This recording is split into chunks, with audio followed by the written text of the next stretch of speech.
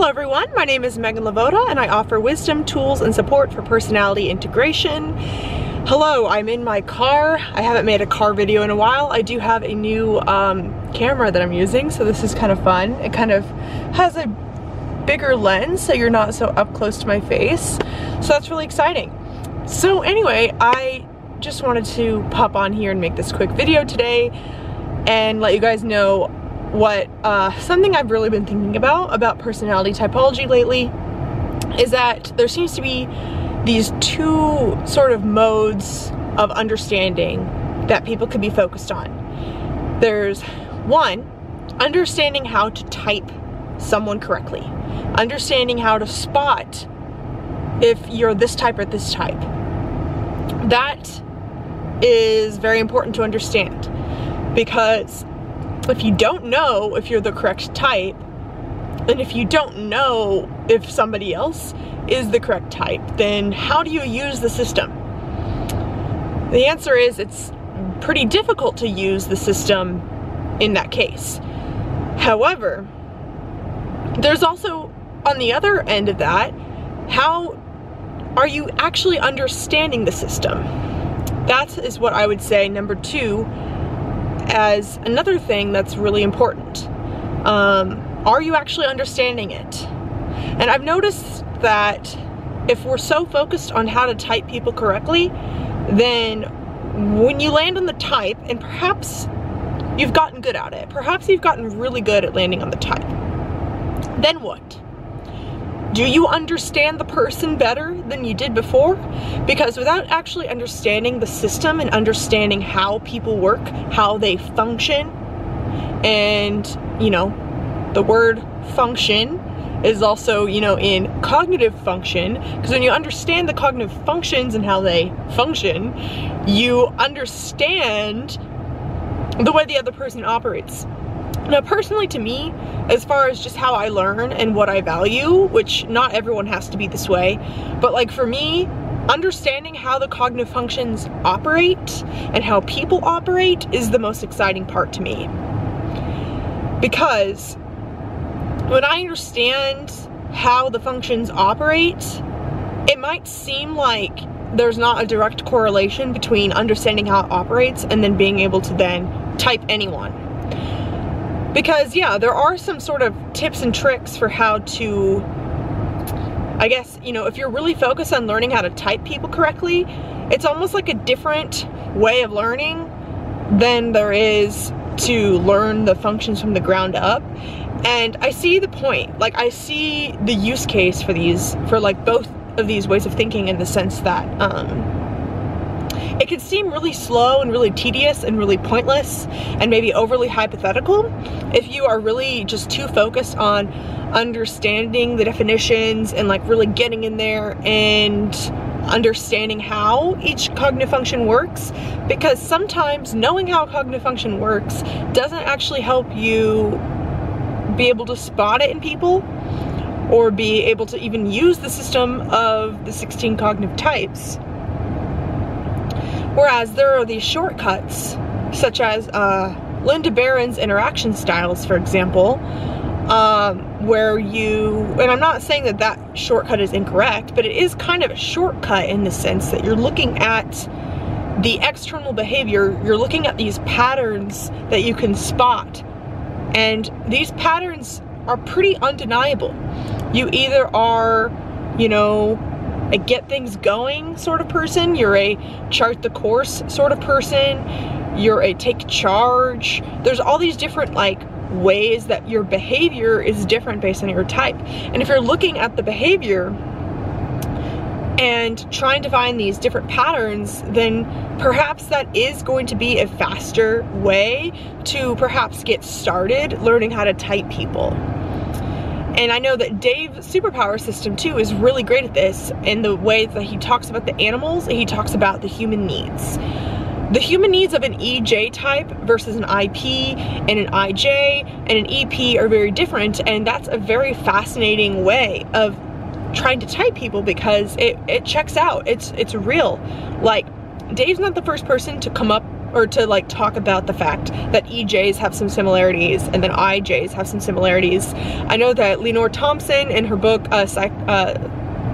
Personality Type, an Owner's Manual, also talks about those different types of, like, almost looking at them as temperaments. And I think it's a great, you know, I think thinking about those temperaments and then also thinking about the interaction styles, these are things that you can see.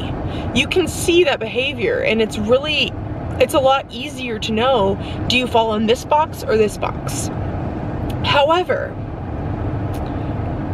neither of those things describe how that person functions as far as the internal process. You're looking at the behavior. You're still looking at the external. You're looking at, oh, they keep getting into this pattern. They keep doing this tribe over self thing, and so they're probably an EJ because they keep doing this pattern. And you know what? That works. It does work. And I'm not making this video to bash any of that. However, let's say you type them correctly. You know they're an EJ. You know that they're a take charge type. Now what? Do you understand that person? Do you know how to talk to them? Do you understand how their brain works? And are you able to communicate with them in a way that they feel understood and feel like, are your relations improving? Because the other end of things is understanding how people work, where there's not always a clear-cut behavioral sign, and you know, it's harder to apply these sort of conceptual understandings to a direct use case of then typing someone. So for example, if we're talking about how FI and FE work differently because FI is a more internal process and FE is a more external process, we can discuss how those two things operate if we would like to better understand the FI users and the FE users in our life. However, when you then try and take that understanding and apply it in a very haphazard way of like, okay, I get it. FI is internal, FE is external. Okay, I see your feelings, therefore you are FE. Done. That's not quite right. And I just want to push back on that so that we understand that the reason why it's important to understand how the functions work is so that you can understand the person. But when you, like, understanding how a function works, like, you can't take shortcuts. Like, there's some shortcuts that just don't make sense. Like, it just doesn't work that way, in the sense where it's best to just understand each of the functions as it is, as a concept. And then, here's how I type people, is I get to know them. I understand them as a person. I understand how they function. And then, when I understand how they function is going to fit one of 16 patterns. It's going to, because there are 16 type patterns.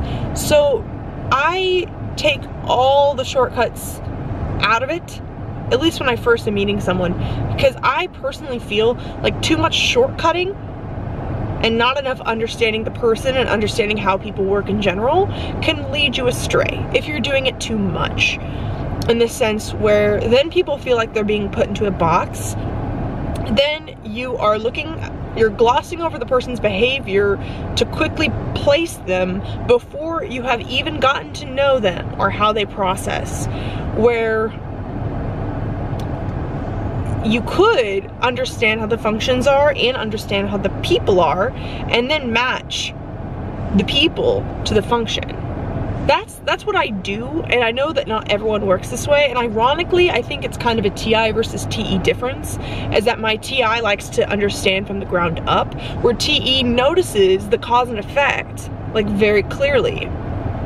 And TE tends to want to know how to use something.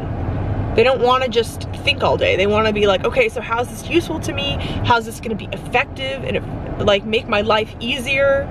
So I guess really what I'm saying is that for those of you who are caught up in, I need to put the people in the right box, that just remember that that is very important, but ask yourself, what happens once you know what box the person's in? Do you actually understand them better? Because I would argue that if you don't understand them better, then what's the point of trying to figure out where to put them? And I do think that there is a epidemic in the typology community where too many people are using it because they want to stereotype others. And perhaps you found a way to type people in a way that is not using stereotypes to type people. But then even if you get the right type, then what? Do you understand how that type works? Do you understand their strengths and weaknesses? Do you understand their actual problem and the patterns they get into? Or it's almost like some people, it's like they're so against using stereotypes to type that once they do get to the type in a fair way, then they're stereotyping you for being in that type. Does that make sense at all? It's just something I've been thinking about, is that, you know, I do, whenever I talk about functions, I understand that certain functions tend to be in certain ways, but those aren't absolutes. Like even when I said TE tends to try and, you know, use the logical system towards something, that's because TE is extroverted, it's oriented toward the external world. There are reasons why it tends to be that way, but that doesn't mean that when I just said that you should then go apply it to every time someone uses something in order to get one thing, then that's TE or something. Like, I feel like there's all these like sort of unsaid rules of thumb that are attached to like either what I say or what others say that I find just doesn't really work, where because people are, you know, people's behavior, there's so many different things that impact people's behavior. So even if you understand the function and then you understand the person, then you can understand, like, so for example, I'm an ENFJ, and so extroverted feeling is my dominant function. If you really understand how extroverted feeling is, that's one piece of the puzzle. But then the other piece of the puzzle is, do you understand how I really am? Do you understand how I think about things, how I feel about things, my patterns in life, like all of that, in the sense where if you were to understand me and then take that understanding and then compare that to the functions, it becomes clear that FE is my dominant function. However, what if you only saw me in a scenario where I was negotiating a contract and I understood that like for example, this just happened. I was about to negotiate a contract with an INTJ. So I know that the person's an INTJ, and I know that my problem is that I tend to be very bad at boundaries. I tend to be, you know, bad at protecting myself and care too much about the other person. And so because I know all that, because I know my type, because I know them, I'm gonna act in a certain way that I think is going to be the most, that's going to work based on what I know of people. And if you were to just see me do one thing, and then because your rule of thumb is that you thought that TE is the only function that did this, then that's where you lose. And that's where you stop understanding people, you stop understanding the system, and instead it's just created this mental game of how quickly can I type someone. And I just don't find that beneficial. But what do you guys think? Have you thought about this before? And what can we do to make sure that, you know, obviously it's so important to be typed correctly. I'm not saying it's not, because if you aren't typed correctly, then how are you going to even know your strengths and weaknesses? But these two things go hand in hand. It doesn't stop once you know your type, and it doesn't stop once you know the other person's type too. You also, there's so much more to learn about how the other type even functions, and you know, what their function feels like, and all of that. And a lot of that is a lot more conceptual and perhaps a little abstract, a little bit a little bit of an NI concept there to grasp onto. But yeah, let me know what you guys think, and if you're interested in me, one of my typing services or mentorship, I do have that linked below. And if you have any other video ideas, always feel free to comment and let me know. Thank you, and have a wonderful rest of your day.